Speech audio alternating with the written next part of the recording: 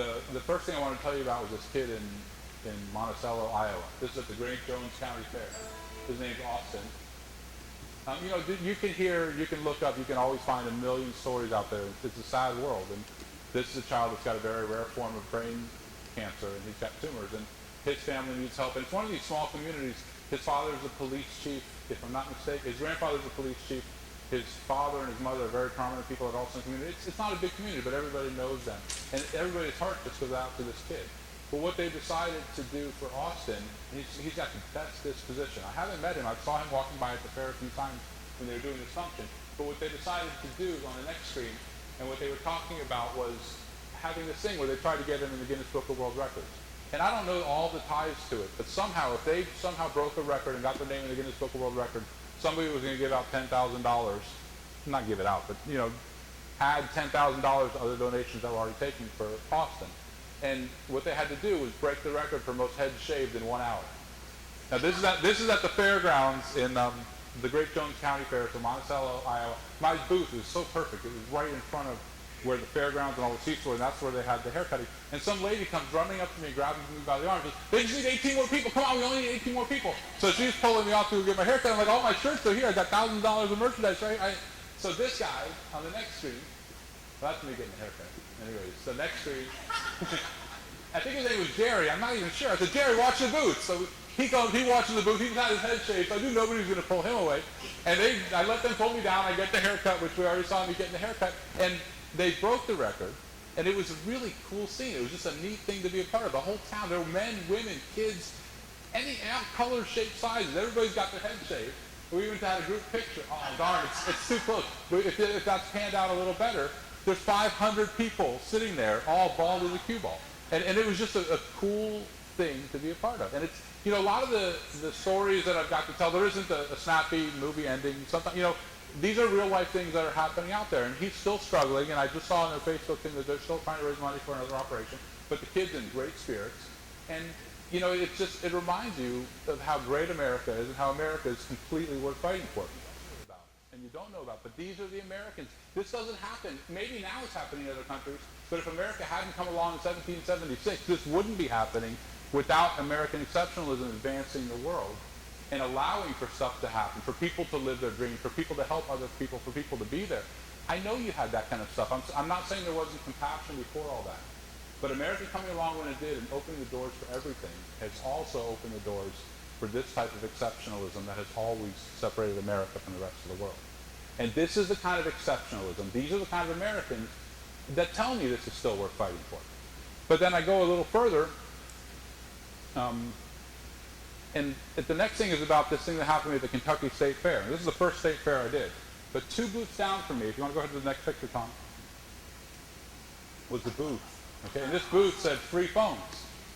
And I was like, wow, what is this all about? Well, what they were was, this wasn't free phones, these are government-assisted phones. And what they are is, they're there giving out phones to anybody that qualifies for a free phone. But we know there's nothing that's free. And the second day of the fair, the woman that worked at the booth, and she was a nice lady, the woman that worked at the booth asked me, she said, "I've got to go to the airport and pick somebody up. There's about a 30-minute window before the next person gets here. Can you watch my booth? We've got 6,000 phones here with us." 6,000 free phones at a fair that costs $10 to get into and $7 to park at.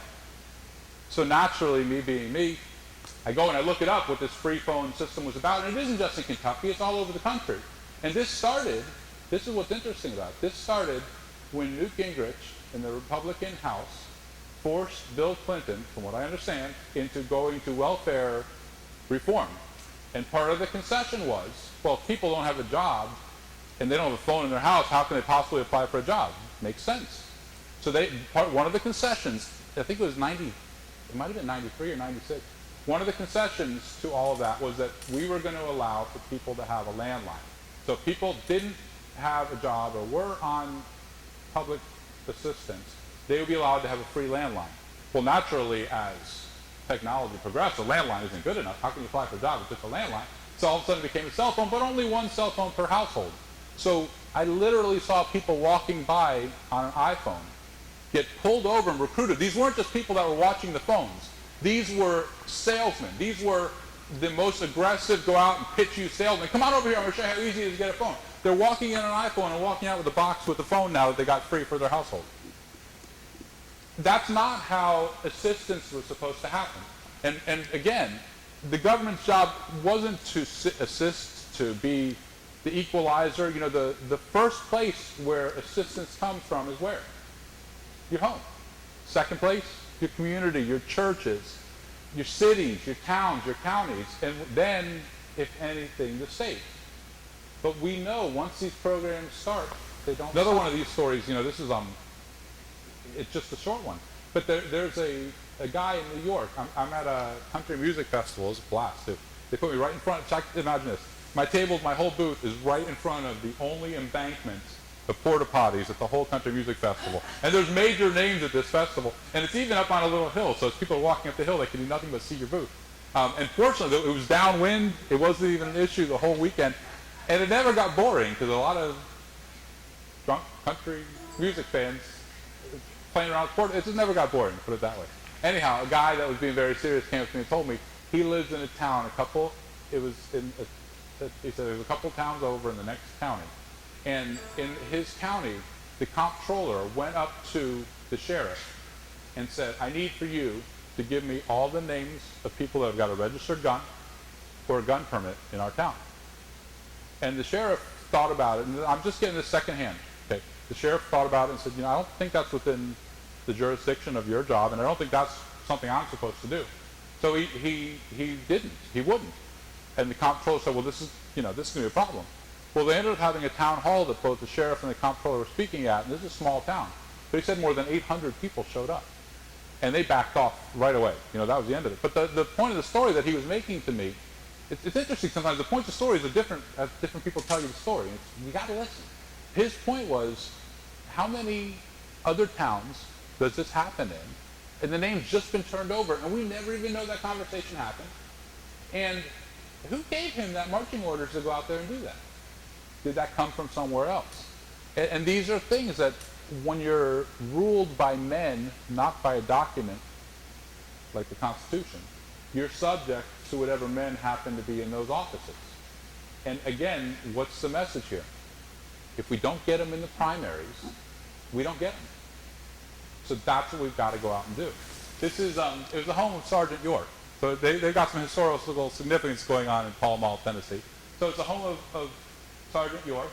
And what you do is you rent somebody's space. So I rented the fire station parking lot.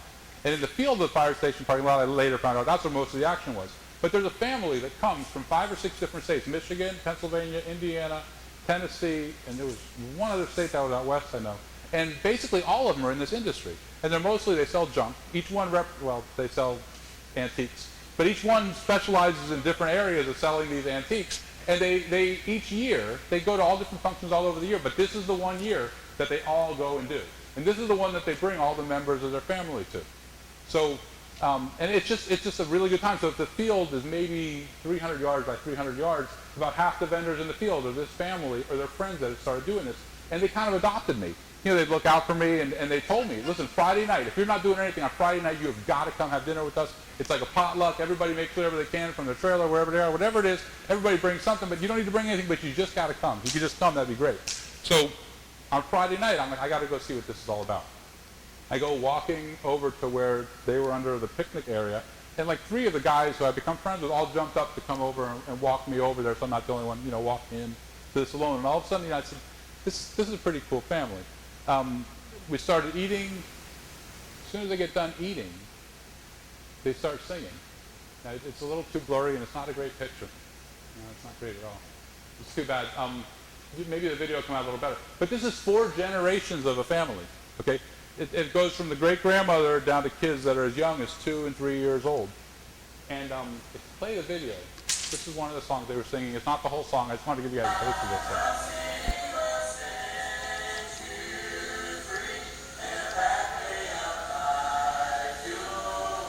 It's clear on here, so when it's done, just pause it, and I just want to point out some of these tickets.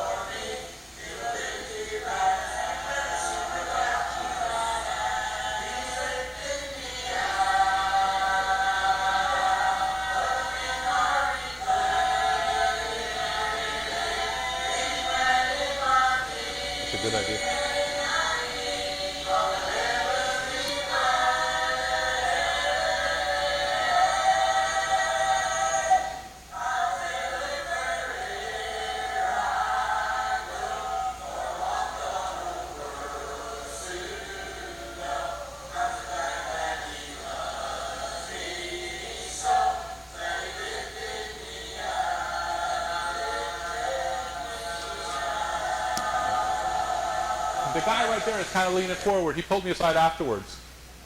And he said, we were talking about this last night around the campfire. This is everybody's favorite night of the year. Okay? This is just one thing. This means a whole lot to some people. It means nothing to other people. But I strongly feel like if 1776 didn't come around, and didn't go the way it went in America, didn't happen the way that it happened, I don't know that as much of this stuff would be happening around the rest of the world. And a lot of people will complain about this or say this is wrong or they did injustice here, this, that. American exceptionalism isn't by accident, and it isn't a snobbish thing. It happens because the people that were in America at the time, straight through till now, were granted freedom that other people were never granted. And that's where things like this are spawned from. That's how things like this happen. And it still happens out there. And I'm not saying if the next election doesn't go the right way, stuff like this stops happening. It doesn't just stop happening. But this tells me that our original way that things were mostly founded on, so obviously there's change that happens over years, but the basic concept that our freedom isn't guaranteed by our government, but our freedom is guaranteed by God, and that it's the government's job to get out of the way. And then when people want to stand up and say, well, what if I don't believe in God? That's okay. You can have that freedom too. We all get it. We're Americans. Never apologize for being American. I was at a seafood festival in Palm Beach, and there's a band up there playing really good country music. So I heard a little tacking and clicking, and I saw this guy over there. And I just wanted to get the best part of it because, I'm trying not to give you guys too much of any one thing, but I got to tell you, this guy is 74 years old. That's all I want to say about this guy.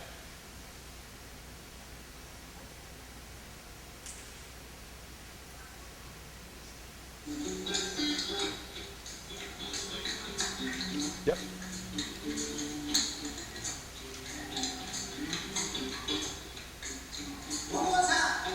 Thank you.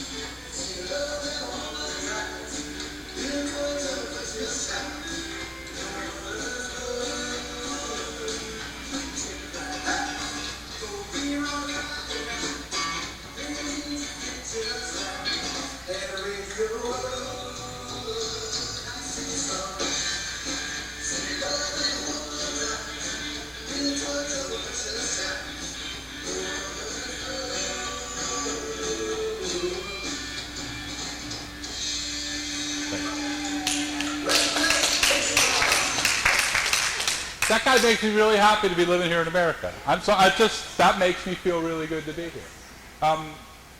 Terry was asking a question if there are times I've come across places where people will come over and give me a hard time at the booth. And we get a little bit of that. And I say we because it's really interesting how this works.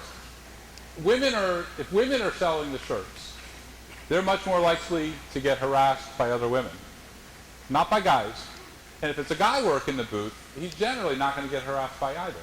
But some of the nastiest confrontations actually come when it's been a woman selling the shirts. I don't know what that means. I'm not trying to read anything into it.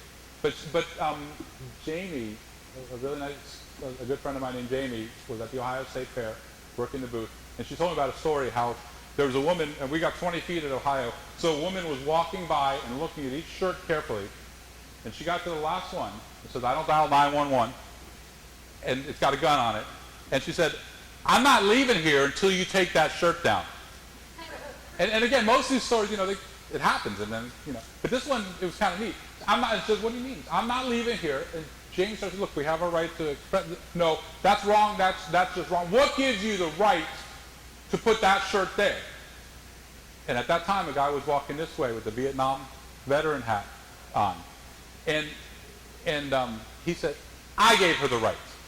I went over there, I watched my friend's eye, I fought for something. It wasn't even my choice to go there.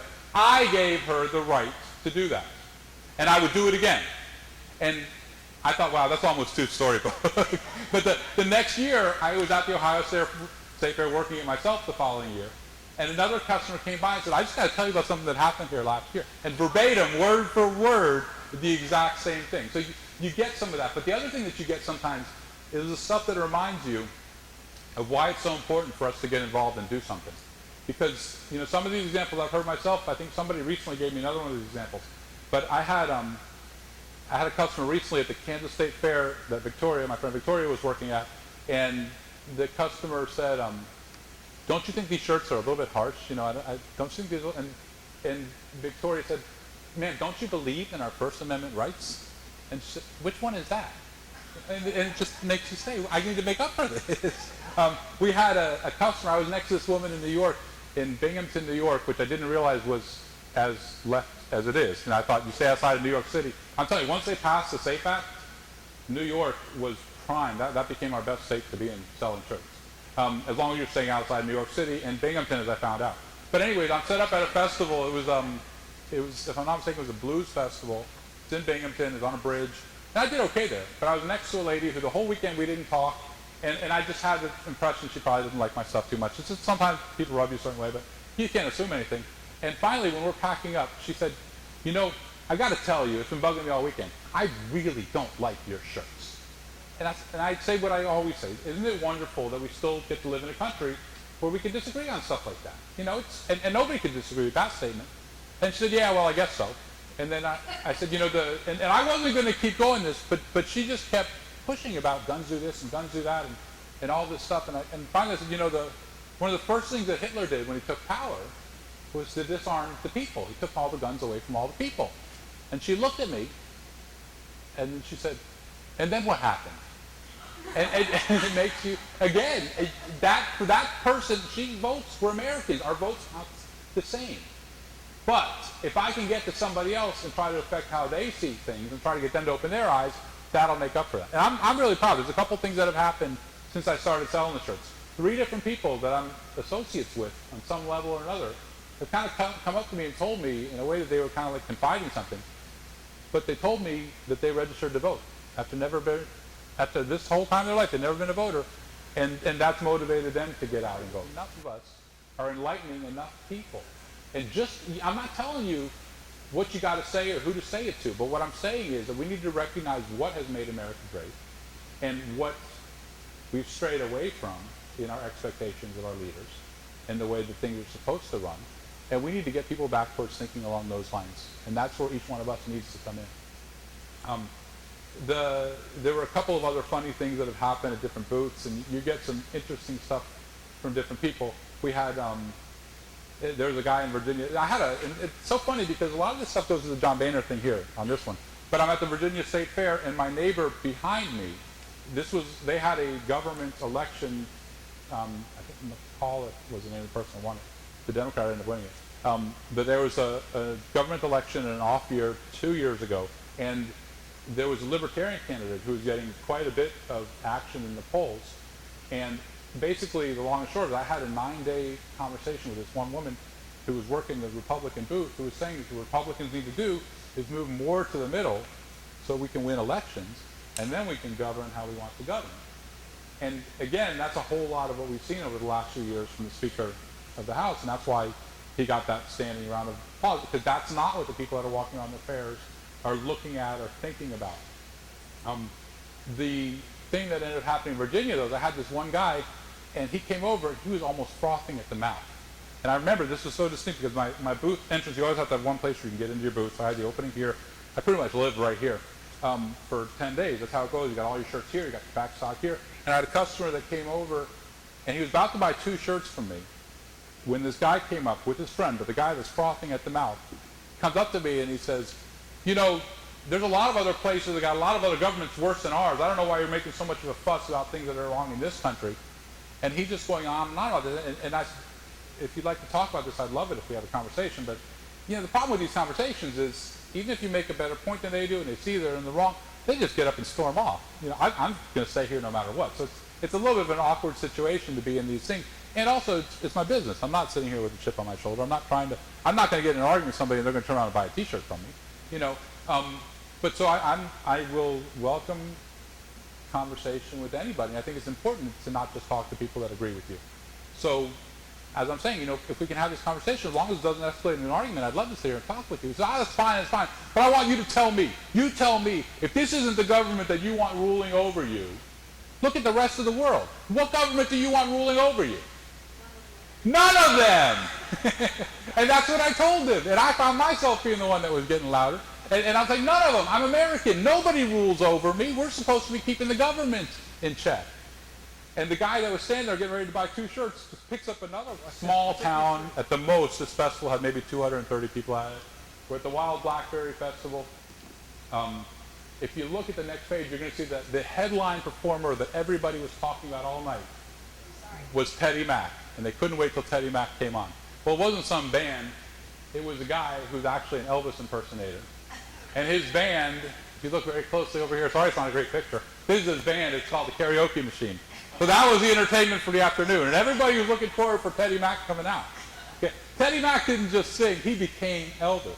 And he had everybody. There must have been maybe 120 or 150 people there on that Saturday night when he's performing. But if you look at the next picture, I want to show you guys what he did. He said, we're doing this next song for our troops. I want everybody to get in a big circle and say a prayer for the troops. Every single person that was at this festival, except for me taking a picture, was standing in a circle honoring our troops. This is just one more town, one more small thing. And I started talking to people after that, and what I found out was every festival, it could be a honky-tonk bar, it could be karaoke night, it could be a festival, a fair, everywhere he goes, he does this. And I thought, this is one more example of somebody that's bringing out the best in America. How much better can you be than thanking our troops, the ones that have guaranteed us our freedom?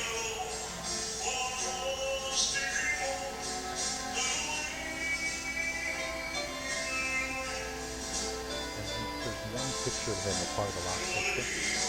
When the song's over, you can show the picture.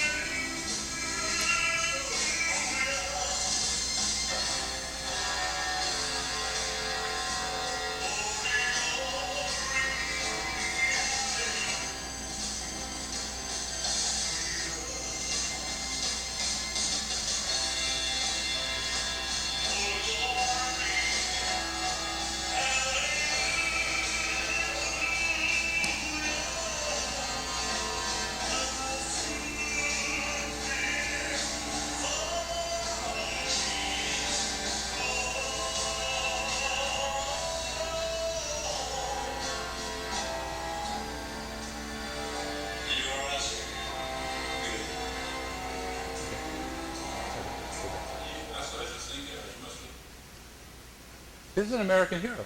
I mean, this is what he does because it makes America a better place. I can't thank you guys enough for this. I really, if you guys weren't here, I'd be sitting here talking to myself because this is something I had to do. And really, Terry and Ron probably would have showed up anyways, but other than that, I'd probably be talking to myself. So, thank you guys. Cool. Appreciate it.